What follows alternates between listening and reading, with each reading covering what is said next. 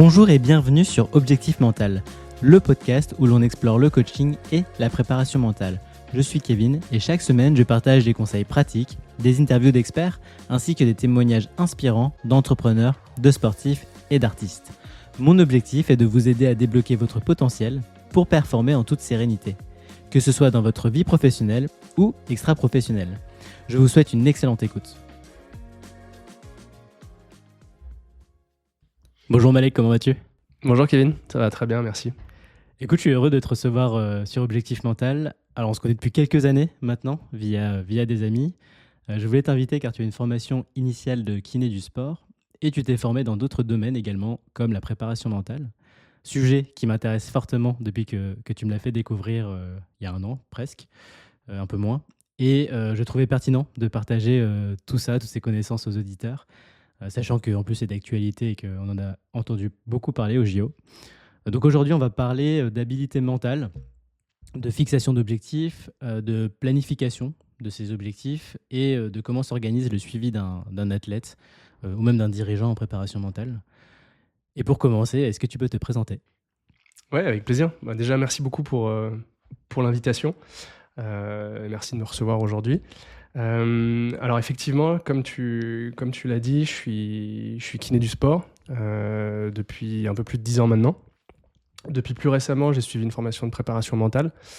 Et en fait, mon activité, elle est scindée un petit peu entre une activité en clinique, dans un centre de médecine du sport, dans un centre suisse olympique qui dépend des hôpitaux universitaires de Genève. Et pendant la saison d'hiver, j'interviens auprès de l'équipe de France de ski alpin. Dans le cadre de l'activité clinique à Genève, on est le staff médical pour le Servette Rugby, donc qui est une équipe semi-professionnelle de rugby qui évolue en National 2. Et puis, depuis plus récemment, je suis préparateur mental, donc j'accompagne des athlètes de tout niveau, des entrepreneurs et des étudiants dans la préparation mentale. Excellent. Eh ben, beaucoup d'activités, on va essayer de creuser tout ça. Déjà pour commencer, est-ce que tu peux nous expliquer pourquoi tu t'es formé en préparation mentale en plus de ton métier de kiné ? Ouais. Alors, du coup, je côtoie des sportifs de haut niveau, des sportifs amateurs depuis un peu plus de 10 ans maintenant. Et j'ai toujours remarqué que si on fait une prise en charge, on va dire, globale et holistique de l'athlète, que le mental joue un rôle important, que ce soit pour un sportif amateur ou pour un sportif d'élite. Et c'est déjà quelque chose que j'avais remarqué moi en tant qu'athlète. Après, j'étais pas athlète professionnel, mais j'ai fait beaucoup de ski étant plus jeune, surtout pendant mon adolescence en fait. Et c'est dans ces moments-là où je pense que j'aurais voulu avoir la possibilité d'avoir un accompagnement. Pas forcément parce que j'aurais eu un meilleur niveau, mais je pense que j'aurais mieux vécu un petit peu ces années-là, dans le sens où l'adolescence, c'est une période où il y a déjà plein de changements. Et du coup, de faire du sport de manière intensive, parce que c'était pas du sport de haut niveau, mais c'était quand même très prenant. Je loupais souvent les cours pour partir en stage, etc. Et d'avoir un accompagnement pour essayer de trouver des outils pour allier un petit peu tout ça, ça m'aurait en tout cas, je pense, permis de vivre ces années-là et vivre le sport de manière un petit peu différente. Et par extension, je pense que j'aurais peut-être pris plus de plaisir dans le sport. Ok, donc tu courais à quel niveau en ski pour que les gens situent ? Alors j'ai fait quelques saisons en FIS, donc sur le circuit de la Fédération internationale de ski. Ok. Donc voilà, pour donner un peu une idée, on était un petit groupe à Strasbourg. Il s'était développé ce qu'on appelle un petit groupe élite de plusieurs athlètes de différents clubs sur Strasbourg. Et sur l'année, on arrivait plus ou moins à avoir le même nombre de jours de ski que des jeunes qui étaient en station. Donc par contre, ça demandait beaucoup plus de déplacements. Oui. Des fois, on allait sur un week-end faire des courses dans le Jura. On loupait à peu près une semaine de cours par mois au collège. collège et Ah, quand parfois au même. lycée. OK. Ouais. Ouais, aucun horaire aménagé en fait, dans ta pratique? Non, en fait, on recevait Mmh. une convocation de l'entraîneur qui nous excusait de l'école, mais j'étais dans un lycée tout à fait classique, sans aménagement de sport-études, quoi. OK. OK, donc je comprends qu'en fait, la partie préparation mentale que tu as voulu ajouter vient, d'une part de ton expérience en tant que skieur, junior, j'ai envie de dire, et ensuite dans ton métier de kiné, tu as observé qu'en prenant, globalement, l'environnement de la tête, le mental jouait, aussi énormément, quoi. D'ailleurs, ça peut intéresser des personnes, quand tu as voulu ajouter cette corde à ton arc, tu t'es formé, à quel endroit et pourquoi cet endroit?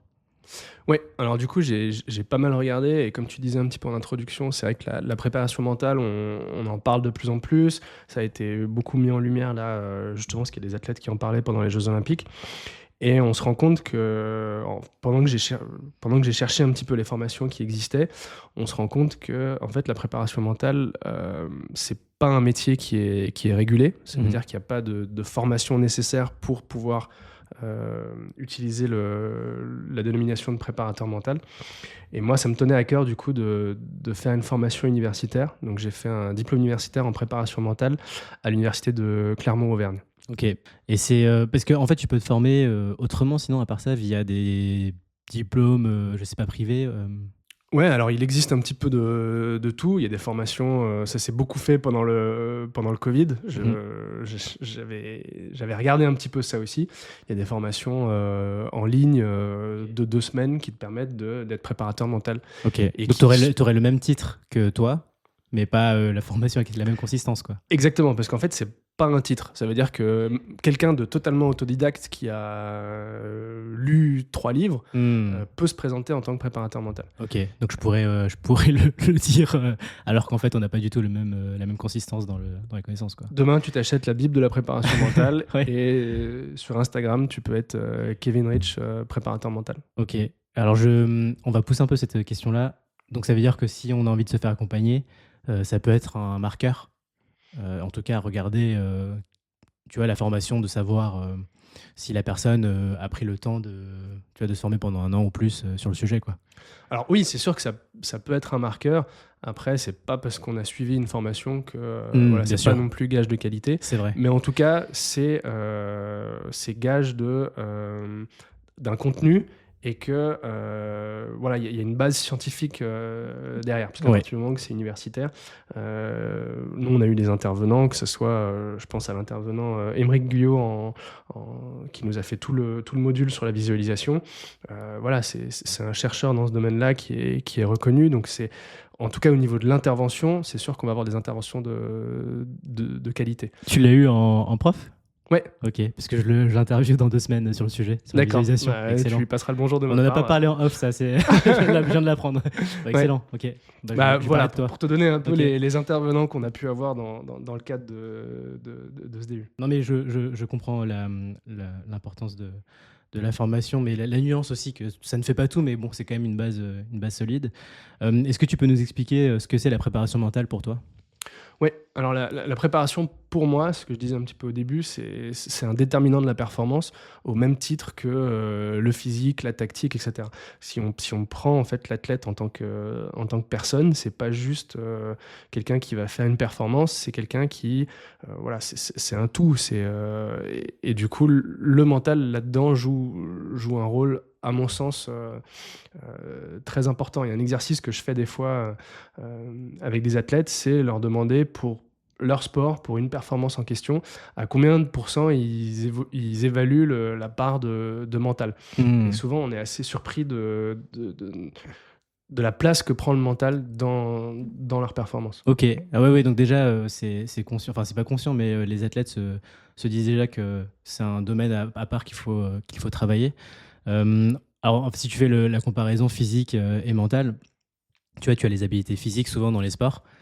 Donc par exemple, courir vite, je sais pas, avoir de la force dans les bras, donc ces habiletés physiques, et dans le mental, tu as en fait, l'équivalent de ce que j'ai compris. Est-ce que tu peux nous en parler, nous expliquer, ce que c'est les habiletés mentales à l'instar des habiletés physiques?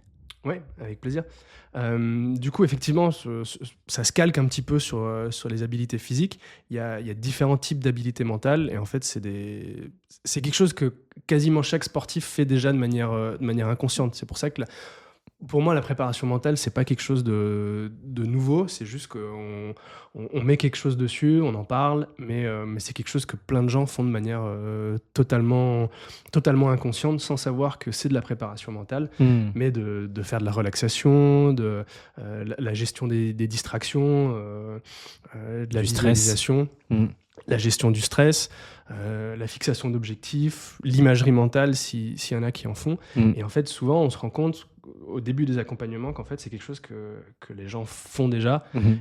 mais ils appellent pas ça de la préparation mentale. OK, OK, donc c'est vraiment cadré, ces habilités-là, mais bon, ça permet quand même de, tu vois, on va dire, de mettre des noms sur des habilités et d'aller les travailler ensuite, une par une. Tu vois? Ce que les gens ne font pas, en fait, par exemple, l'imagerie, c'est comme quand tu es enfant et que tu te dis, tu rêves, tu vois, de quelque chose et que tu te projettes visuellement dedans. Tu le fais, mais en fait, tu vas pas les travailler, ce sujet-là en particulier. Sur la gestion, du stress, je sais pas, avant un entretien, d'embauche, tu vas aller respirer peut-être un peu plus profondément parce que tu es stressé. Tu le fais déjà un peu, mais tu vas pas aller chercher des techniques ou en tout cas améliorer cette habilité-là, quoi. C'est tout l'idée, c'est de voir qu'il y a peut-être déjà des habilités mentales ou de la préparation mentale qui est présente, et ensuite d'aller les renforcer, d'en prendre conscience, de l'appliquer aussi à différents moments. Il y a peut-être des personnes qui font de la visualisation dans un contexte professionnel et qui pourraient utiliser en fait le même outil dans un contexte sportif, mais qui n'y Mmh. pensent pas. Tu disais par C'est exemple, vrai. avant une interview, avant de parler sur scène, etc., il y a peut-être des gens qui font des exercices de respiration, etc. Et qu'en fait, ça les permet de gérer leur stress, leur peur de parler en public, mais que c'est pas forcément quelque chose qui transpose après dans le monde sportif. C'est vrai. C'est vrai que ce transfert, entre les différents domaines, c'est hyper intéressant parce que je pense que des personnes ont des bons réflexes, parfois soit dans le sport, soit dans le travail, mais ils font pas le lien, entre les 2. Et dans ces habilités-là, il y a, une des habiletés de base que tu m'avais expliqué, c'était la fixation, d'objectifs qui est un peu, de ce que je comprends maintenant, c'est, vraiment la base et que sans bonne fixation d'objectifs derrière, ça va être compliqué de performer. Ça va impacter beaucoup de choses. Alors, j'ai expliqué, sur les réseaux sociaux notamment ou dans un autre podcast, la méthode, SMART. Toi, tu ajoutes un E et un R, donc qui fait SMART-R. Est-ce que, tu peux nous expliquer, ce que tu comprends toi, enfin ce que tu ajoutes pardon dans le E et le R? Alors peut-être tu peux peut-être même reprendre la notion globale, hein, si tu veux. Ouais, bah, c'est vrai que les habiletés mentales de base portent bien leur nom, donc c'est la confiance en soi, l'engagement et la fixation d'objectifs. Et c'est vrai que la fixation d'objectifs, c'est quelque chose heu, d'assez fondamental et souvent, en fait, fait de manière assez superflue dans le sens où derrière un objectif, il peut y avoir énormément de choses. Hem Et on se rend pas toujours compte, en fait, de la complexité et de tout ce qu'il peut y avoir derrière un objectif aussi simple que de se dire, «Je veux faire un marathon en moins de 4 heures».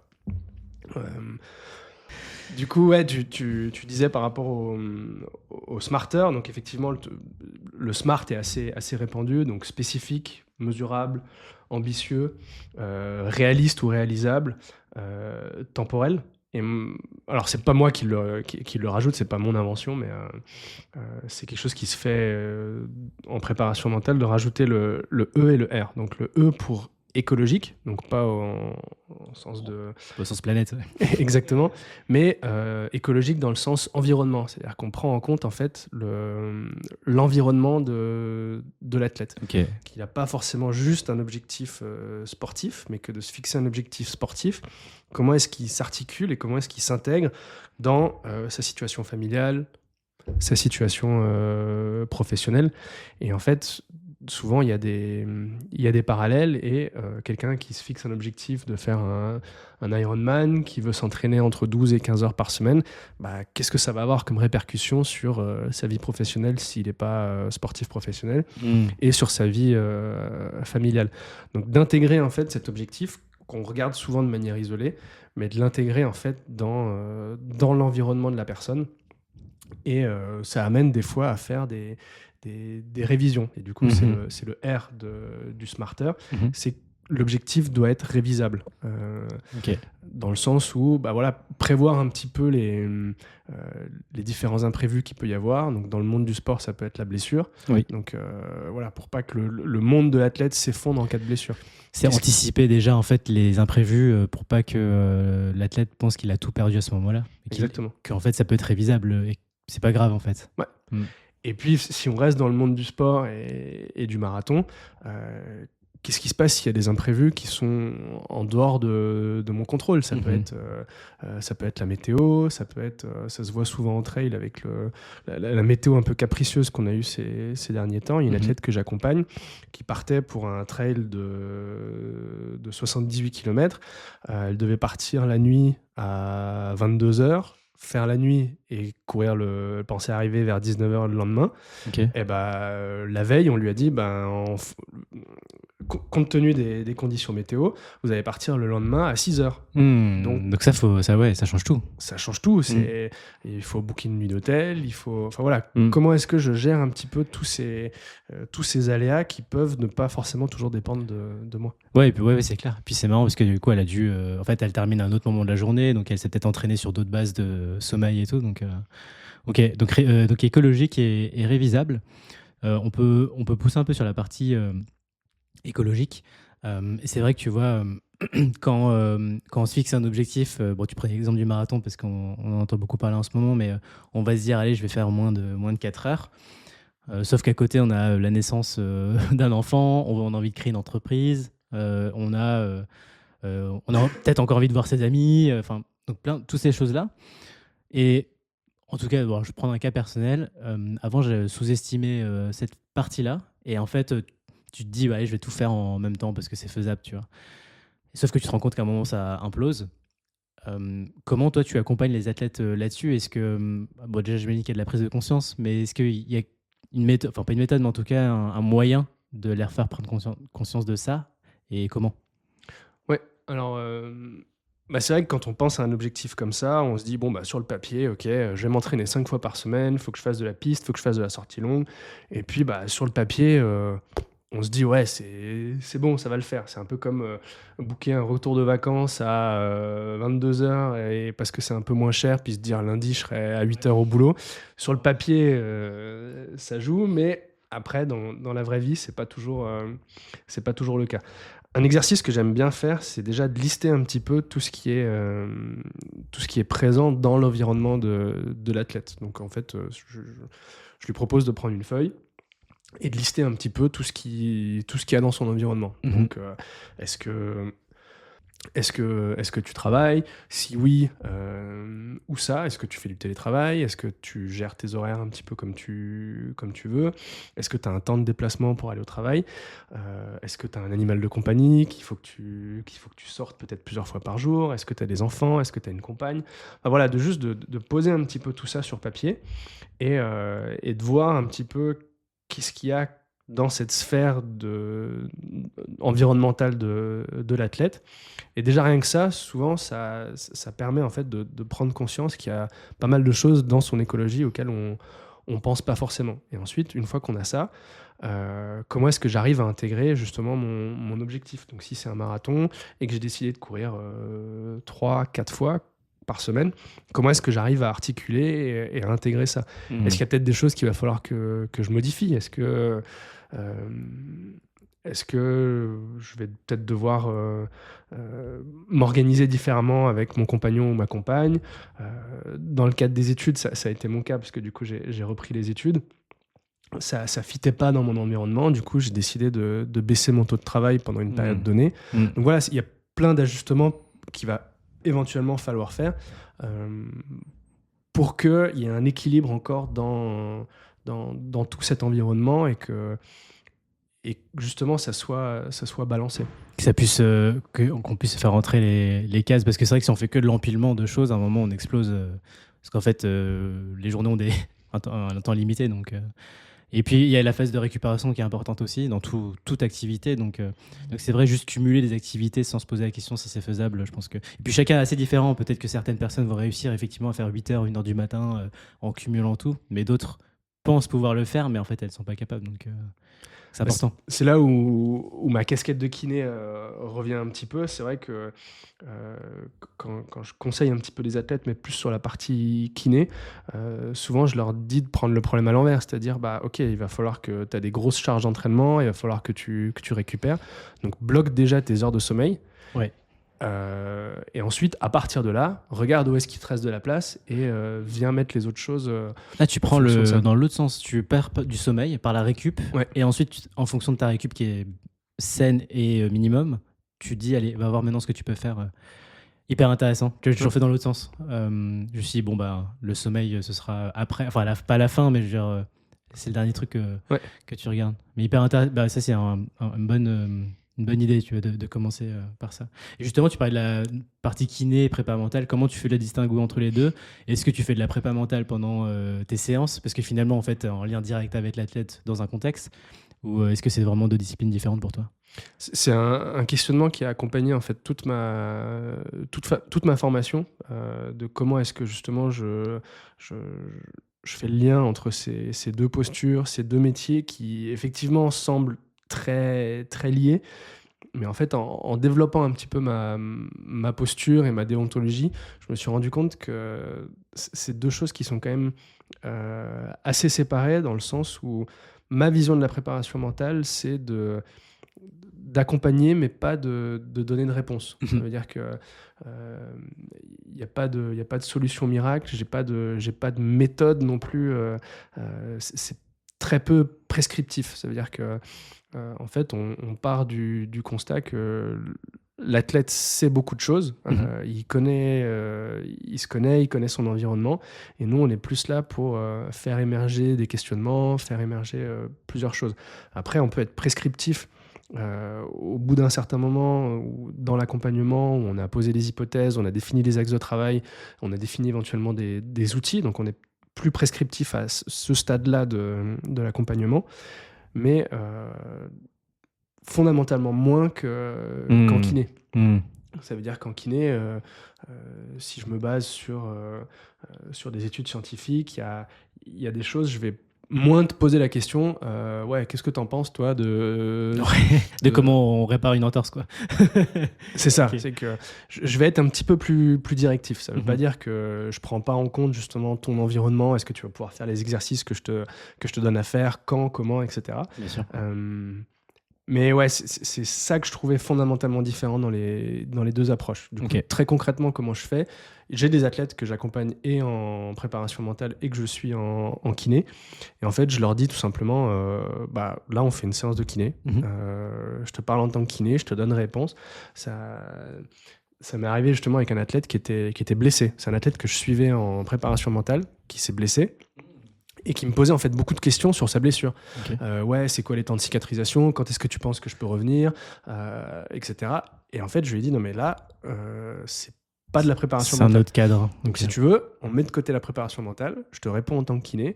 Donc voilà, les options, c'est ça. S'il y a une intervention chirurgicale, ça sera ça et ça et ça. Un peu les objectifs à atteindre justement dans la rééducation, il faut que tu aies tant de force, tant d'amplitude, etc. Et je lui répondais vraiment à toutes ces questions d'ordre médical. Et ensuite, une fois qu'on avait fait le tour et qu'il avait plus de questions par rapport à ça, on rebasculait sur une séance de préparation mentale. Hyper intéressant.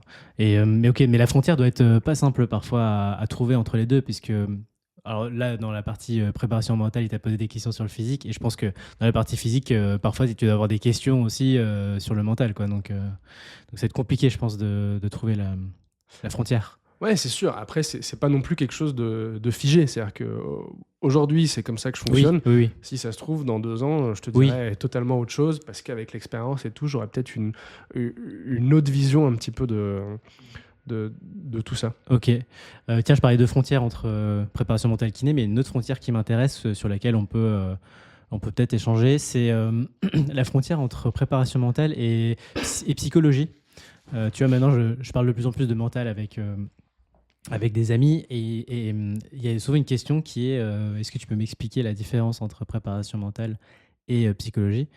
Si toi, tu as vu ça pendant ta formation ou si tu arrives à nous expliquer, ça peut être top. Ouais. Bah, justement, dans le prolongement un peu de la posture de préparation mentale, c'est une question sur laquelle on a beaucoup amené à être, à se questionner justement par rapport à ça, parce que j'ai eu des conversations assez riches justement avec des gens qui faisaient la formation avec moi et qui étaient psychologues. Ok. Donc comment est-ce que voilà, c'est encore plus proche que la kiné et la préparation Oui. mentale. Comment est-ce que je gère ces deux postures si je suis psychologue, clinicien et préparateur mental. Et en fait, dans la préparation mentale, il y a toujours une notion d'optimiser la performance. Mhm. Et c'est vrai que la frontière, des fois, peut être un petit peu floue. Mais c'est vraiment dans la préparation mentale, il y a vraiment l'idée d'optimiser une performance, qu'elle soit sportive, qu'elle soit professionnelle, que ce soit dans le cadre des études, etc. Et dans le suivi psychologique, il y a vraiment le bien-être de la personne indépendamment de sa pratique sportive. Ok. Donc voilà, si en préparation mentale, on commence à parler de traumatisme dans l'enfance, de tout ça, et ben, là, on met un coup d'arrêt assez net au suivi en préparation mentale. On lâche pas la personne, par contre, on la réoriente, et c'est pour ça qu'en préparation mentale, souvent, les préparateurs mentaux sont supervisés par des psychologues. Ok. Donc l'idée, c'est d'avoir un accès direct et privilégié à un ou une psychologue, si justement il y a ce genre de choses qui émergent dans le suivi. Parce que c'est vrai que des fois, on creuse assez profondément, on Bien part sûr. d'une performance sportive, et puis Oui, par exemple, on- d'un abandon sur une course, et puis tu arrives sur un sujet qui est complètement, enfin, qui est super long en fait et profond. ouais, qui n'a plus rien à voir avec le fait d'avoir arrêté Ta course. ta course. Ok. Non, mais c'est hyper clair. Donc, préparation mentale, c'est performance, optimisation, et bien-être, santé mentale, c'est psychologie en fait. Ouais. Et ça peut être aussi un deuxième marqueur pour le choix du préparateur mental, c'est de voir sur les frontières où il se situe et jusqu'à où il peut aller, quoi. Donc, non, hyper clair. Alors, je voulais revenir sur la partie objectif. Donc, on a expliqué ce qu'est le smarter pour avoir une sorte de filtre pour se fixer des objectifs, la notion d'écologie. On l'a vu. Il y a aussi un point que je voulais aborder avec toi, c'est les différentes typologies d'objectifs. Alors, quand on dit objectif, alors moi le premier, je me disais objectif, c'est classement ou résultat. En gros, il faut que je fasse moins de ce temps-là ou que je sois dans les 100 premiers. Sauf que j'ai compris maintenant que des objectifs, il y en a des différents. Est-ce qu'on peut voir avec toi et que tu nous expliques quels sont ces différents types? Ouais, volontiers. Donc effectivement, quand on pense objectif, comme ce que tu viens de dire, on pense souvent résultat. Ça veut dire que je veux un résultat, je suis premier de ma catégorie, etc. etc. Un objectif de résultat, il y a toujours une notion de comparaison. Ça veut dire que c'est dépendant des autres. Ça veut dire que s'il y a quelqu'un qui est meilleur que moi, je ne serai pas premier, etc. etc. Pour un même événement, on peut se fixer un objectif de résultat ou de performance. C'est-à-dire qu'un objectif de performance, c'est ma performance propre, totalement Ok. indépendant de quelqu'un d'autre. Par exemple, j'ai couru un marathon en moins de 3h30, mais c'est pas pour autant que je suis premier. Ok. Ça veut dire que c'est vraiment la performance, c'est les 3h30, et le résultat, après, je suis 7 millième. D'accord. Mais c'était- ça, tu ne regardes pas en fait. Ouais. Ok. Donc ça, pour faire un petit peu la différence entre performance et résultat, et c'est vrai que sur la course à pied, c'est assez facile. Après, il y a des objectifs de maîtrise. Ça veut dire que ça peut être, par exemple, de maîtriser un geste sportif, voilà, en discussion avec le coach, si j'ai travaillé par exemple mon service, qu'on essaie de mettre plusieurs choses en place par rapport au service, est-ce que c'est quelque chose que j'ai réussi à mettre en place pendant mon match de tennis, par exemple, si on parle de service. Ok.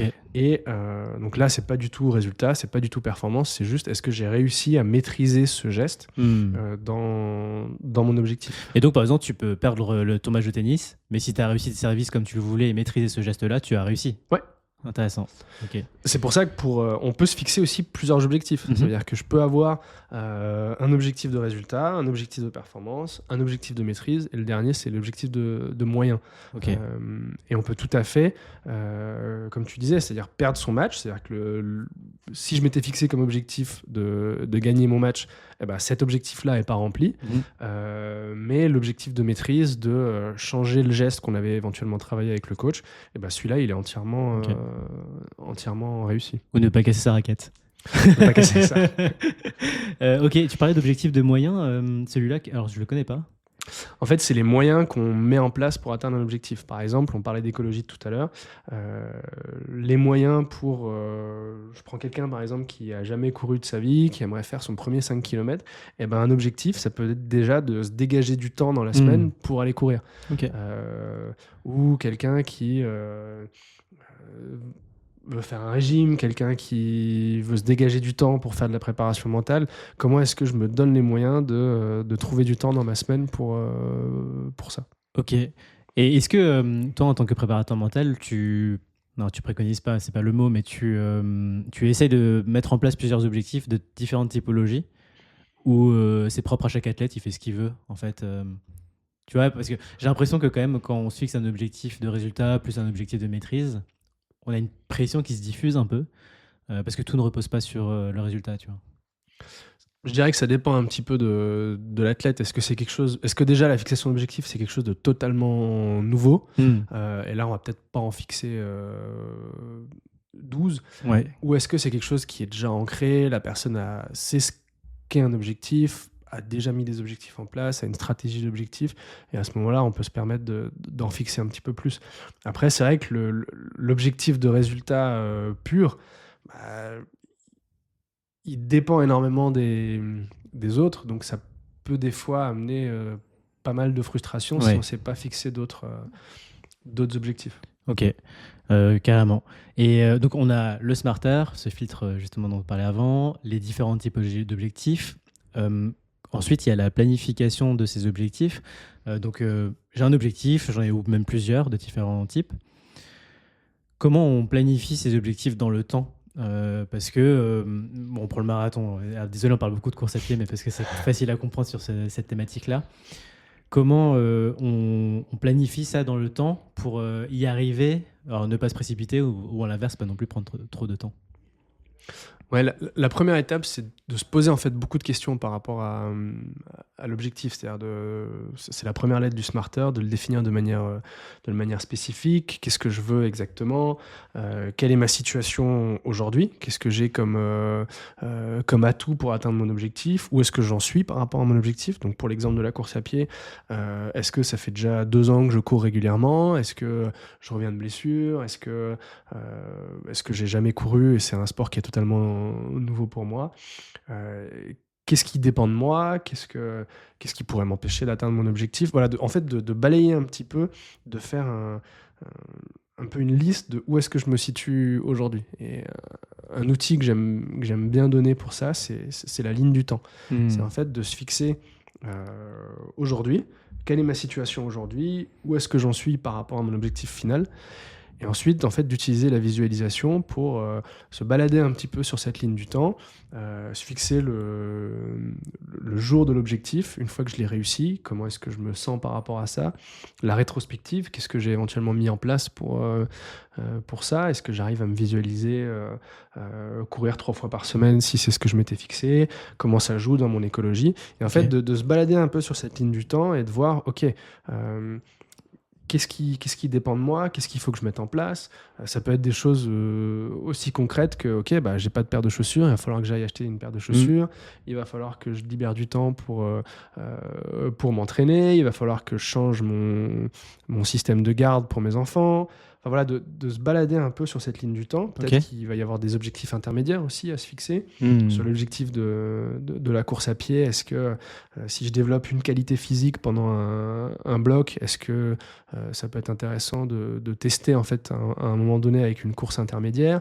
Enfin voilà, après c'est aussi une conversation, et c'est là où l'approche pluridisciplinaire et holistique est à mon sens, intéressante, c'est de se parler en fait avec tous les intervenants autour de la performance, de parler Ok. avec le coach, de parler avec le préparateur mental, le préparateur physique, le kiné, et que tout le monde se parle et que tout le monde soit là au service de l'athlète et au service de la performance de l'athlète. Ok, important donc cette notion de staff et de ne pas prendre toutes les décisions seul en tant que préparateur mental, mais d'inclure l'entraîneur, d'inclure le kiné qui peut être toi-même, mais en tout cas toutes les personnes prenantes, enfin toutes les parties prenantes pardon, de l'athlète. Et sur la planification, c'est hyper intéressant cette notion de visualisation. Donc, ce que je comprends, c'est que tu fais visualiser l'athlète le jour J. Donc, on prend une course, ça peut être n'importe quelle compétition sportive. Donc, le jour J, le matin, l'athlète se lève. Et à partir de là, tu commences en fait, et tu reviens dans l'autre sens pour voir ce qui s'est passé. Enfin, dans sa tête, en visualisation, ce qui se passe ou ce qui s'est passé jusque-là, pour arriver là, c'est ça? Ouais. Ok. Euh, Et et du donc, coup, ouais, vas-y, non, pardon. et du Vas-y. coup, il y a plein de choses qui peuvent émerger de ça. Est-ce que la personne a la capacité de se visualiser en train de courir 5 fois par semaine si elle s'était fixé ça? Hmm. Et potentiellement, ça peut amener sur ah non, mais en fait, 5 fois par semaine, ça joue pas. Ouais. Faut que je réduise. Ou au contraire, j'avais prévu que 3 sorties. En fait, je pense que c'est pas assez. Ou il va falloir que Hmm. j'inclue de la préparation physique. Il va falloir que j'inclue d'autres choses. Et en fait, l'outil permet souvent de faire émerger Des prises de conscience des comme choses. ça.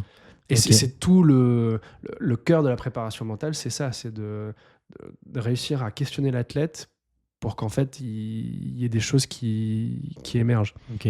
Et après, ce que tu disais, ouais, la discussion avec tout le staff, c'est primordial parce que en tant que préparateur mental, on va pas prendre des décisions par rapport justement à l'aspect performance physique. C'est pas du tout mon rôle, c'est pas ma posture que de dire à l'athlète qu'il doit courir 3 fois par semaine, 4 fois par semaine, faire de Hmm. la préparation physique ou pas.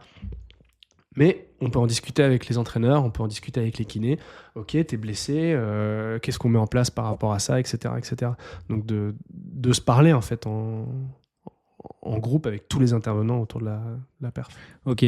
Mais alors ça, c'est pour les athlètes semi-professionnels ou professionnels. Moi, par exemple, en tant qu'amateur, je dis moi, mais c'est tous les gens amateurs. Comment ils peuvent faire quand ils n'ont pas un staff comme ça attitré?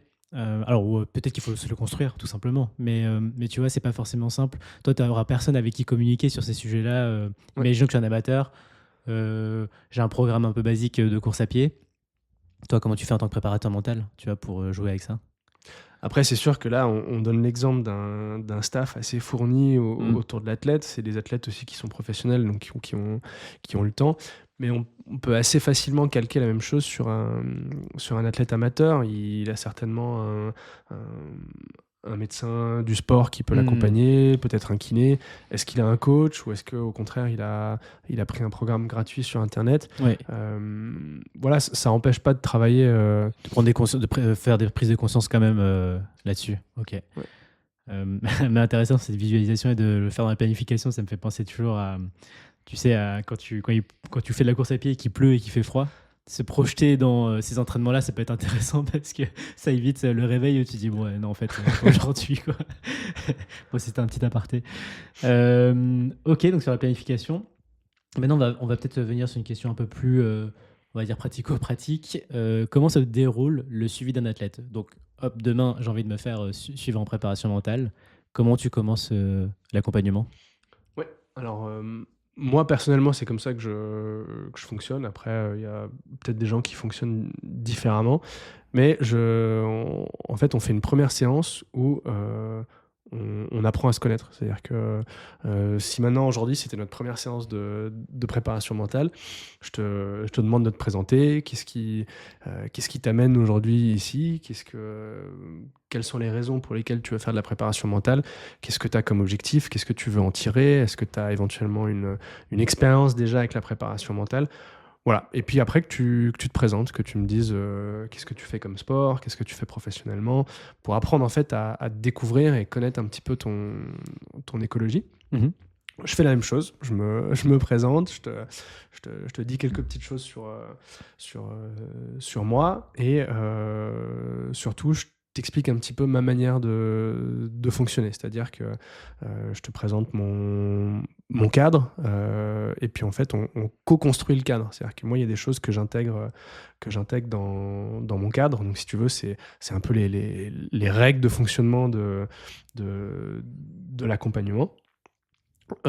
Et tout ça, ça se co-construit. C'est-à-dire que s'il y a des choses avec lesquelles tu n'es pas d'accord, on en parle. S'il y a des choses que tu veux intégrer encore au cadre, on peut. Donc, c'est des notions justement de confidentialité, de confiance, d'autonomie, d'écoute. Voilà, Ok. un peu les grandes lignes qui vont encadrer en fait notre accompagnement. Et on passe pas mal de temps à définir ce cadre parce que ça permet en fait de créer cette confiance et de savoir qu'on va évoluer dans un cadre et que si jamais toi ou moi on s'en écarte un petit peu, eh ben, ça permet de recadrer. Justement, Ok, ouais. c'est de là que ça vient. Ouais. Donc voilà, on passe pas mal de temps à construire le cadre. Et puis, et après, voilà, je réponds à toutes tes questions. C'était des questions par rapport au suivi, comment est-ce qu'on peut articuler un petit peu tout ça. Et puis, on se quitte. Tu réfléchis un petit peu à tout ça et je te laisse revenir vers moi si tu souhaites qu'on travaille ensemble. Ok, toi, t'es pas dans une démarche en disant on se voit à la prochaine séance pour commencer ça, quoi. C'est pas. Alors, pour la première séance, non, parce que je te laisse vraiment le choix voilà, t'es pas obligé de me répondre tout de suite, même si tu me dis non, moi, ce que tu m'as dit là, c'est bon, je signe. Laisse-toi le temps, et puis si tu veux m'envoyer un message le lendemain en me disant bah en fait, oui, j'ai toujours réfléchi, c'est bon. Mais on se laisse le temps tu reviens vers moi, tu réfléchis un petit peu à tout ça. D'accord. Si on décide après de travailler ensemble, on va passer quelques séances justement à affiner un peu ton écologie, à ce que je te découvre un petit peu plus. Et en fait, je vais poser des hypothèses. Des D'accord. hypothèses de travail sur justement par rapport à ce que tu m'as dit. Donc je vais te questionner si c'est le sport, comment est-ce que ça se passe avec ton entraîneur, comment ça se passe en match, comment ça se passe à l'entraînement, comment ça se passe au travail. Enfin voilà, que j'en apprenne en fait le maximum sur toi et que je sois en mesure de poser des hypothèses. Donc après, je te présente les hypothèses. Donc ça peut durer 2, 3, 4 séances. Tu aurais un exemple d'hypothèse On parlait d'objectifs avant. Une des hypothèses, ça peut être que Kevin ne se fixe pas d'objectifs au sens du SMART et que tu n'as pas de stratégie d'objectif. D'accord, ok. Donc okay. après... ah oui, d'accord, ok, je vois. L'idée d'une hypothèse, c'est que... C'est une hypothèse de travail sur laquelle tu vas travailler en fait là-dessus. Ok, d'accord. Okay. Et du coup, on en discute. Tu la réfutes, tu peux me dire bah non, pas du tout. Je suis pas du tout d'accord avec toi, ou au contraire j'aimerais bien qu'on travaille là-dessus. Et après on définit une ligne de travail, c'est-à-dire qu'on se fixe des objectifs de travail en préparation mentale et on se fixe des indicateurs de réussite. D'accord. Pour guider un petit peu tout ce... Pour qu'il y ait vraiment du concret dans l'accompagnement et que après un certain temps on se dise effectivement maintenant j'ai une stratégie d'objectif, c'est plus clair, etc. Exactement. Excellent, trop bien. Merci de nous avoir éclairé sur la façon dont tu accompagnes les athlètes. Alors, il y a un mot que j'entends de plus en plus, c'est le mot holistique. Une approche holistique, alors c'est prendre en compte tout l'environnement de l'athlète, mais c'est en fait c'est un terme peut-être un peu compliqué pour certaines personnes. Est-ce que tu peux nous expliquer ce que ça signifie pour toi, cette approche holistique? En fait, je dis un athlète, mais ça peut être une personne... dans un travail, dans une entreprise, quoi. En fait, pour moi, c'est considérer une personne en tant que... c'est un tout. Et ça, c'est quelque chose qui m'est venu aussi bien avant, mais plus de la kiné. C'est qu'au début, on se dit, bon ben voilà, j'ai une personne qui s'est rompu le croisé antérieur et on voit un peu juste un genou. C'est-à-dire qu'on rééduque un genou, il nous faut de la mobilité, il nous faut de la force, il nous faut ci, il nous faut ça. Et qu'en fait, c'est pas juste un genou qu'on rééduque, c'est une personne. Ce genou, il appartient à quelqu'un. Et on considère vraiment la personne en tant que tout. C'est-à-dire qu'il y a des jours où peut-être t'as pas fait tes exercices parce que il y a plein de choses qui font que t'as pas pu les faire ce jour-là. Et cette approche holistique, c'est ça, c'est de considérer la personne comme un tout. C'est pas juste un... Donc son sommeil, sa nutrition... Sa vie de famille, etc. Ouais, tous les attributs Hmm. qui constituent la personne. Ok. Non, mais hyper intéressant. En fait, c'était aussi une question pour, je pense, expliquer aux gens que c'est pas le mental qui va tout régler non plus du jour au lendemain. Enfin, comme tu disais, c'était pas magique. Et c'est pas parce qu'on a un préparateur mental que demain on va être champion de je ne sais quoi, tu vois. Mm. Exactement, et ça reste un travail. Ça veut dire qu'au même titre que les déterminants de la performance, le physique, si maintenant je veux être fort, il va peut-être falloir que je fasse un programme de muscu en hypertrophie, en force, etc. Et ça va prendre du temps, ça demande de l'implication et ça demande du travail. Mm. Ça veut dire que la préparation mentale, une fois qu'on a fixé justement ces hypothèses, ces objectifs de travail, bah après, il faut s'y mettre. Ça veut dire que je vais te donner des devoirs, il y a des choses qu'il va falloir que tu mettes en place. C'est là, seulement à ce moment-là, que viennent aussi les outils. Ça veut dire que c'est là où je vais être prescripteur, c'est là où je vais peut-être te donner des outils pour travailler sur les actes de travail qu'on s'est donnés. Et il y a des choses qu'il va falloir que tu Mais il faut que tu les testes. faire. Mm. Et il faut les faire. Ouais. Si on décide ensemble que la visualisation, c'est un outil pour travailler telle hypothèse de travail, je vais peut-être te demander de le mettre en place à l'entraînement. Donc, c'est des choses qu'il va falloir que tu travailles. Mm. Peut-être au début sans faire le geste, ensuite en faisant le geste, ensuite à l'entraînement, en compétition, etc. etc. Donc, c'est pas juste s'asseoir autour d'une table et parler pendant 1 heure. Ok. Non, il y a un vrai travail et c'est de l'entraînement, c'est de l'entraînement mental au même titre Ok. que le physique. Mais hyper important, donc cette notion d'engagement en fait, et de effectivement de pas attendre que ça vienne tout cuit du préparateur mental en le voyant tous les 15 jours. C'est-à-dire qu'entre les séances, il y a aussi des choses à faire. Et si on les fait pas, il se passera pas grand-chose, quoi. Exactement. Ok. C'est exactement ça. Non, hyper clair. On a couvert beaucoup de sujets. Je trouve sur la partie objectif, je voulais passer du temps parce que c'est la base et c'est important et on a pu creuser ça. Pour conclure l'épisode, j'ai 2 questions un peu classiques maintenant. Est-ce qu'il y a une personne qui t'inspire particulièrement, que tu connais ou pas? Et si tu peux nous expliquer pourquoi?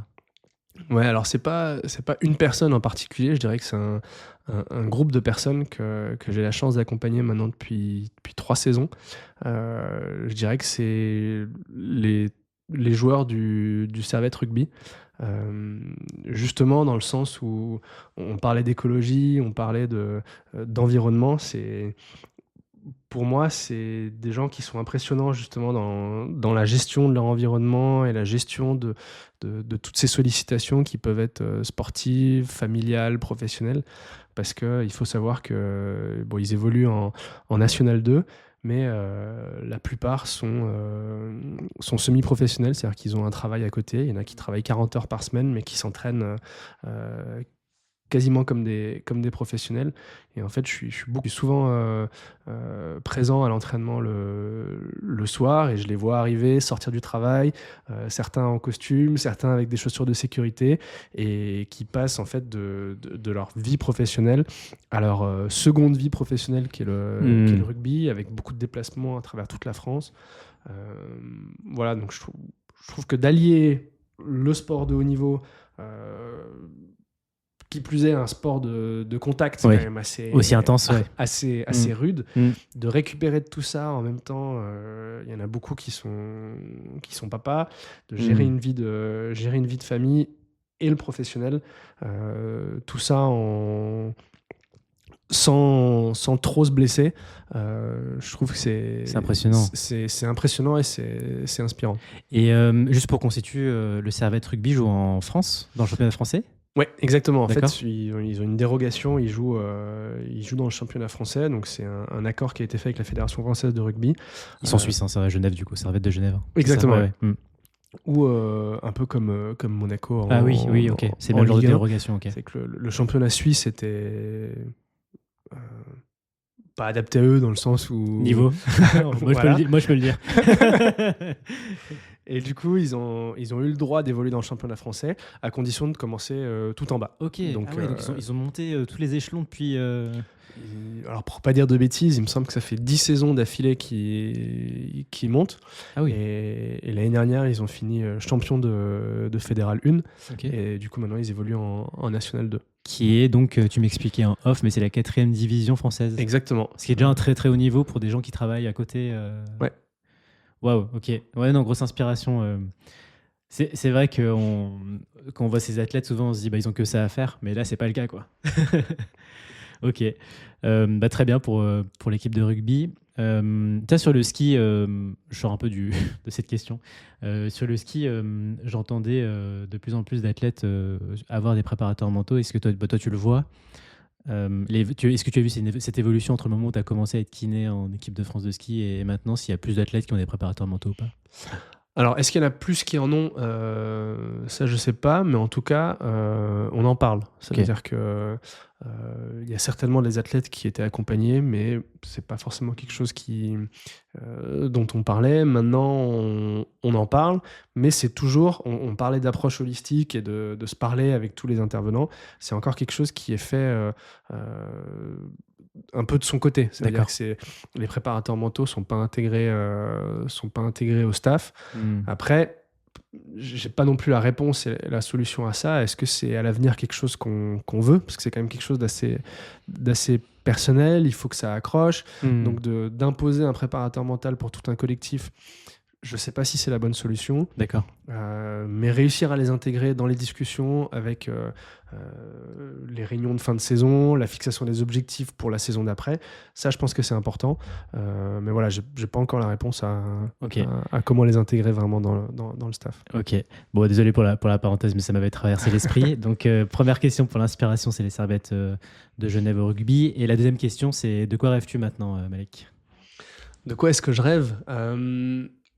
De continuer en fait à évoluer professionnellement et la préparation mentale, ça m'a permis d'évoluer aussi de manière personnelle parce que ne serait-ce que pendant la formation, on s'éprouve beaucoup, on se challenge un petit peu entre nous, on fait des petites mises en scène avec d'autres étudiants, donc on va chercher assez profondément aussi dans son propre vécu, dans ses propres objectifs, etc. Donc de continuer à évoluer professionnellement, toujours dans le monde du sport. Donc là, j'ai rajouté une corde à mon arc, de continuer à évoluer là-dedans pour accompagner des athlètes du mieux qu'il se peut. Ok, très clair. Écoute, merci Malek merci à toi. pour cet échange. Franchement, je pense que ça va être vraiment enrichissant pour les auditeurs. Ça donne une vision claire de ce que c'est la préparation mentale. Si on a envie de se faire accompagner, il me semble que tu as créé une structure qui s'appelle Relab Performance. Et donc le mail, c'est relabperformance@gmail.com. Donc relab, RELAB, performance@gmail.com. Alors ça ne s'adresse pas que aux athlètes professionnels, je le reprécise encore une fois, mais en tant qu'amateur, c'est important aussi. Je ne sais pas si tu as envie d'ajouter quelque chose encore.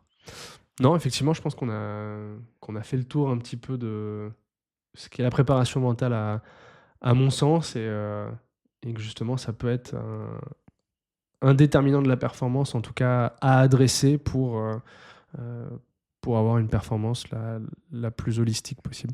Parfait. Merci Malek. Merci à toi. Salut. Merci d'avoir écouté cet épisode jusqu'au bout. J'espère qu'il vous a plu et que vous avez appris des choses. Si c'est le cas, merci de mettre 5 étoiles sur Apple Podcast ou Spotify et surtout de partager cet épisode autour de vous.